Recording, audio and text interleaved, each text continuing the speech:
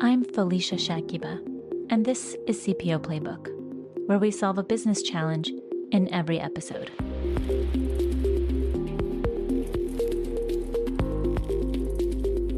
The reasons behind the failure of 90% of startups are multifaceted, making it challenging to attribute to a single cause. While some attribute this failure to insufficient funding, acquiring funding itself necessitates an entrepreneurial mindset. But what exactly constitutes an entrepreneurial mindset? And how can it be fostered within a founding team to facilitate better decision-making? In her article on the 3 traits of an entrepreneurial mindset, Meredith Summers highlights the importance of being solutions-oriented, adaptable, and anti-fragile. Today, Jason Park, CEO and co-founder of ColdCart, shares his insights on the significance of an entrepreneurial mindset in launching a startup. He stresses how the success of his team members depends on cultivating this mindset and offers strategies for nurturing it within the team. Jason, welcome to the show. Thanks for having me, Felicia. Glad to be here. We're excited to have you. Jason, could you please start by introducing ColdCart and explaining the core problem your company is focused on solving? Yeah, so we are a technology platform for e-commerce brands with perishable products. So specifically, if your product is frozen or refrigerated, think like a meal kit or a frozen box of steaks or something like that. It is prohibitively expensive and prohibitively complicated to ship to your customers because the product spoils. So because the product spoils, you have to constantly change how you ship based on the temperature and the weather, on-time delivery, and you have to do that while getting the lowest cost possible. This is just so unwieldy for companies. So we've created a technology platform that automates process across warehouses, shipping carriers. We figure out down to the level of each individual box, how many packs of ice should you put in that box, for example, and all of that runs through a single kind of plug-and-play platform. And so companies on our platform are typically saving about 15 to 50% cost per shipment. And we've been reducing spoilage and refunds from late shipments by about 52%. So just getting started, looking forward to continuing to scale this business. It's been quite a journey. We got a great team that we've been fortunate to bring on to do that with us. It's a pretty impressive problem you're taking on. It's very detailed, and it sounds like you've put a lot of work behind coming up with a working solution. I'd like to refer to an article I read by Meredith Summers.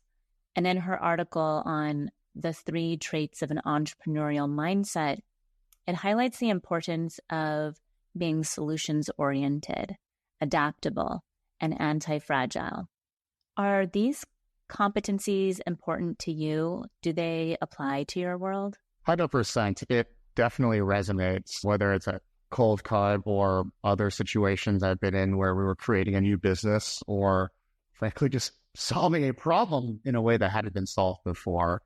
And I think what also resonated about the article was the argument that, yes, startups definitely need this, but startups alone can't solve all the world's problems. You need large corporations, you need government, you need NGOs who also have an entrepreneurial mindset and can solve problems when you think about it. That's a lot of people who need to have this entrepreneurial mindset. And I think one thing that I've often thought about in this context is I think it's commonly believed that the entrepreneurial mindset is a set of innate personality traits, who you are versus something that can be taught.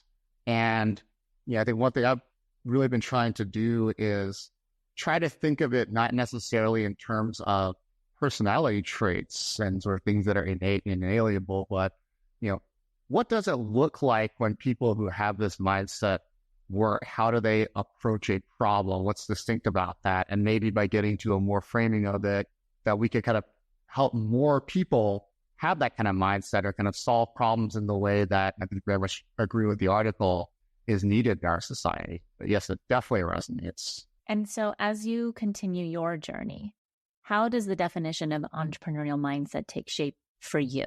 Our customers are trusting us with one of their most, if not the most mission critical process they have, the sort of fulfillment of an order and the delivery of that order to a customer. that touches every sale they make. And it's a process with a lot of steps and a lot of details below the surface, and frankly, a lot of entrenched views on how those steps should be performed. And so from a kind of, as we were developing our product and our business, our challenge was kind of twofold. One was that because this is such a mission critical process, the bar on quote unquote minimum viable, to use that kind of product management term, there's a very high level of minimum viability of every step of that process, and a very high bar that customers are expecting you to clear for them to essentially trust you with their business and their customers. And so how that shows up at ColdCart, there are sort of three things that I've observed, with our team and myself, and just thinking about these things. And it comes down to, how do these people work? How do they approach problems? And I think there are kind of three factors that I think sort of show up consistently. One is a focus on why over what. You get a lot of information every day. You talk to people, you see and hear a lot of things, but this is really about going beyond what you see and hear and really digging for underlying causes, origins, motivations. That's that level where you actually start to solve problems in ways that are different and better. But you have to be the one to dig for those types of insights. They don't present themselves. Think about, for example, every company we meet, every brand we meet, usually will say something at the beginning like, I want to ship through UPS. Why do you want to ship through UPS? Oh, because I have discounts at UPS. Okay, well, how's your on-time delivery?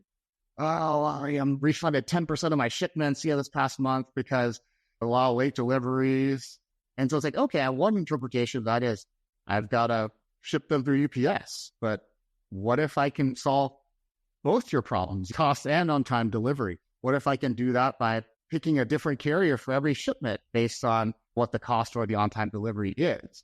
And that can actually start to move the curve forward in terms of being able to get to not just better cost, but also better on-time delivery through a different model. But you don't get through to that kind of solution, I think, unless you're asking the right questions.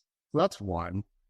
I think a second quality that manifests, I think, how people with the entrepreneurial mindset approach their work is this idea of progress before perfection. This is an idea that's become pretty widely accepted over the past couple of decades with agile product development, lean startup, and things like that. It means, one, that you don't let unknowns stop you from moving forward, but rather you use those unknowns as hypotheses to test and you turn them into knowns.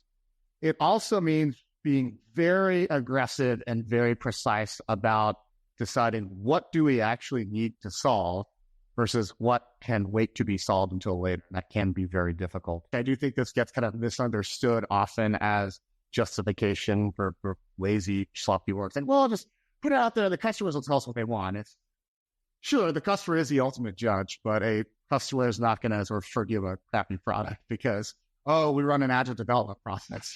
I try to tell that to the customer, right? But rigor doesn't have to be slow. It just means that, just like everything else about a startup, being resourceful and fast about using what you have available with data, whether that's hardly effort 30 minutes to think about potential failure scenarios. Just this idea that we are so decisive, or you are so decisive about what's important to know and what's not, and you don't let the unknown stop you. I think in one way that's manifested at ColdCart is we made a decision very early on in our product development to focus first on the physical shipping outcomes before we really got into optimizing and fine-tuning the user experience. Because ultimately, what job is our customer hiring us to do? They need their boxes shipped. And while we may not physically touch the boxes, they're entrusting us to make sure the right things happen with those boxes. What matters is what happens to the shipments and that the work gets done. And a lot of us kind of come from environments where UX is very important and we have a lot of passion about that, and should have stepped sometimes and say, all right, well, we're going to focus on that later. And our standard for UX is it just shouldn't get in the way. And now that we've got the foundation for the platform, that the operations side of it really works and works very seamlessly and scalably, that now we've really shifted to saying, all right, now let's come back to the UX and think about, all right, the day-to-day users of our product and how can we make their lives more efficient? How can we give them better information faster and in better ways? And then self-service and things like that. But there was a decision to say one comes before the other versus trying to solve all of it at the same time, because it's all kind of part of the same product. And then I'd say the third. If you're looking to explore fresh perspectives, dive into compensation tech, or just enjoy a lively conversation and debates about the evolving world of total rewards, you're in the right place. Welcome to Totally Rewarding Chats, where we discuss the future of compensation, benefits, talent, and all things HR tech. I'm Sean Luchins, VP of Product Strategy at Salary.com, bring years of product and development perspective. Joining me is the bow tie wearing, comp tech loving, experienced guru, Paul Ryman, founder and managing partner of Novo Insights. Together, we'll be jamming with guests and sharing candid, unfiltered conversations about total reward strategy, compensation technology, talent trends, and anything else we find interesting in the world of HR. Before you get to your third point, I wanted to ask, I've seen a lot of people struggle with this point, progress over perfection, because they really are perfectionists and they're extremely good at what they do. And they can't hold themselves to a product or the work that they do and see something either unfinished, leave their fingertips. I'm just curious, how does someone successfully deal with that type of situation?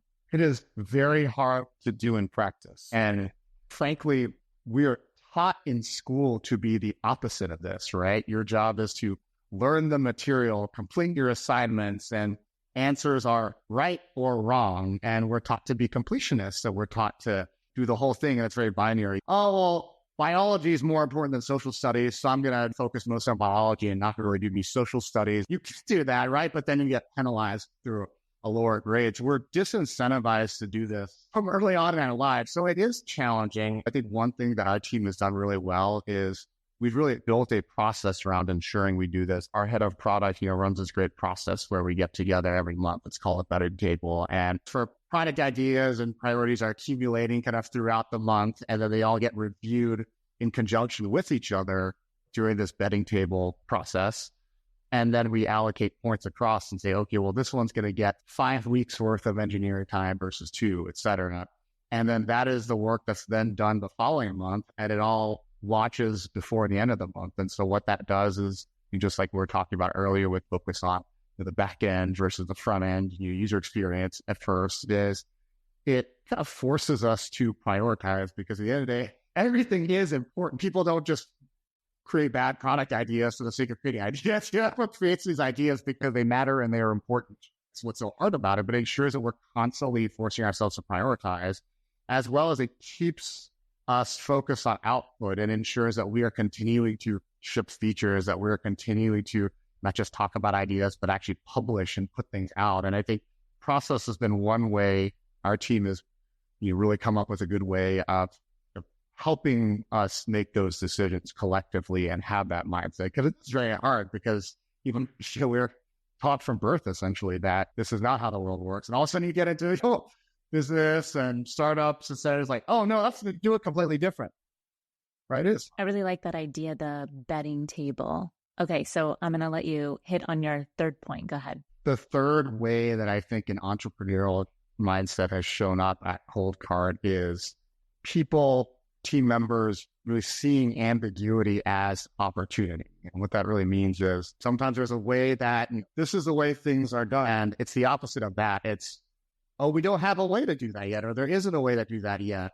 And the people who I think kind of have these traits look at that as opportunities to take ownership, to create, to build something worthwhile. And in many ways, just like we talked about with sort of this idea of progress over perfection, that this is also not intrinsically wired into us. Humans are biologically wired to fear ambiguity and to crave. There's a lot of good sort of biological reasons why that makes sense. Startups are entirely ambiguity because nothing exists yet. And so logically, startups equal fear. And while the idea of being in a startup and having a big sort of blank canvas to create all these solutions is very exciting, the experience is different, and it is scary, and you don't always know what to do, or there's no clear right or wrong answer. And a great example, or one example, has really kind of shown itself in action is something that could have been very simple and kind of a chore, which was that, we got to a point in our company where we needed a CRM system to manage, all the sales leads, the different, sales conversations happening. And part of the answer to that is you go find a tool. So we went and we decided to use HubSpot. But the other part of how you use that tool. A lot of companies will just take something like HubSpot and implement it and call it a day. Our team, and it was really cool to kind of watch this. You could almost even though 100% remote, you could see the energy kind of coming through the virtual room, so to speak, is that our team really saw that as an opportunity to really build a best-in-class sales machine. They're kind of like, look, we can use this to make ourselves faster. We just hired our first full-time sales hire. But there was a lot of kind of just working through, all right, how do we really make this into an advantage for us? And I think the team in this case really saw this blank space and saw that as an opportunity to not just sort of hope the gap gets filled with something off the shelf, but really to create and to define what do we want our sales process to be like? How can we move through these deals as fast as possible with as high kind of close rates as possible? And a lot of great, I think, insights and kind of findings and discoveries just even came out of the process of doing that. And so I think that's an example of when ambiguity is opportunity and when people really see that. I like that you framed it as ambiguity as opportunity. I've heard this competency shared as dealing with ambiguity, but I think you said it better. And when I first came across this competency, when I was getting certified by Korn Ferry International's 360 executive coaching report, when you get that type of certification, you're actually shown all of the statistics around each competency. And this particular competency, I can tell you, is the most challenging for anyone to achieve. It's one of the top 5, I would say. And it's actually one of the most desired.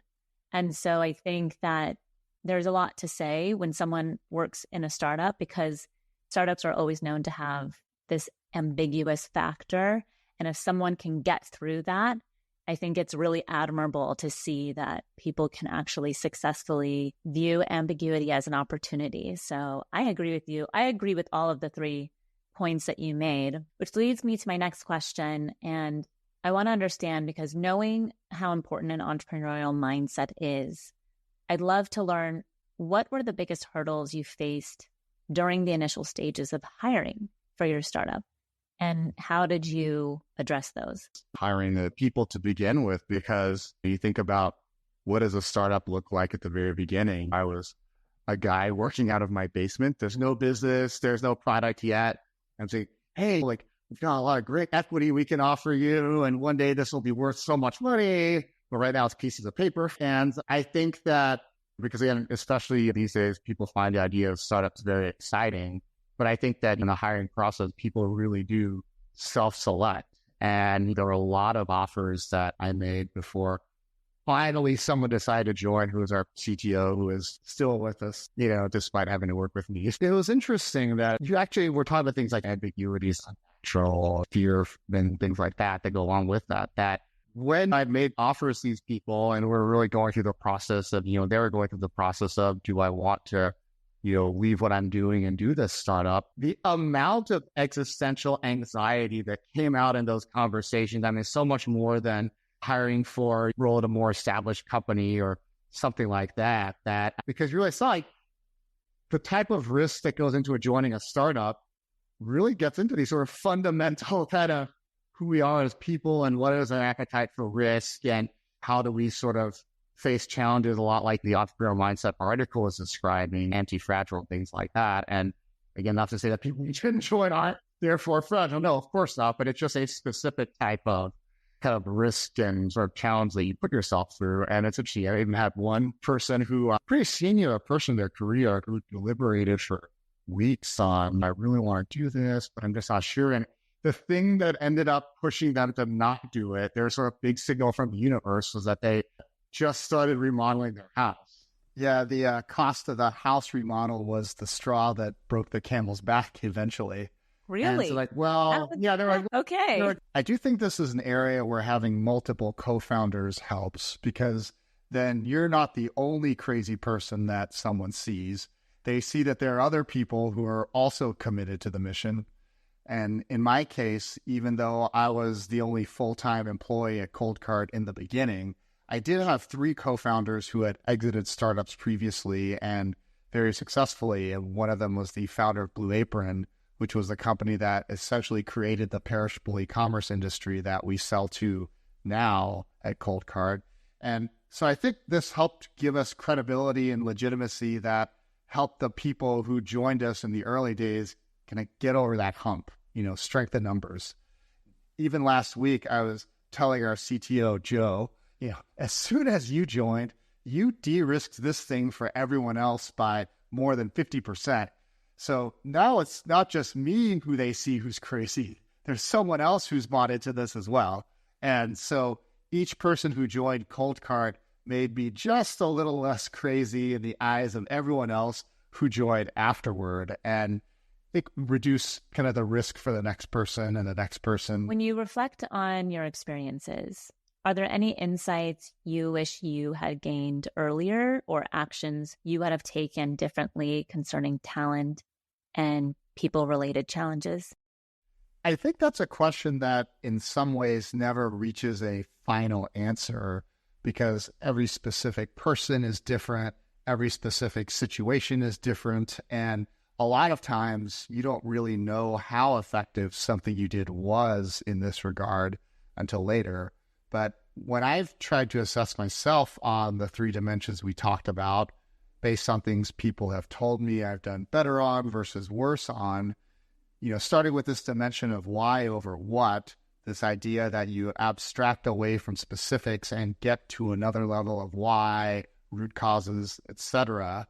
As someone whose Myers-Briggs personality type is very high on the intuiting and conceptual dimension, for me, it's almost easier to use an analogy than it is to say something specific. And so I naturally get a lot of energy from this type of thinking and dialogue.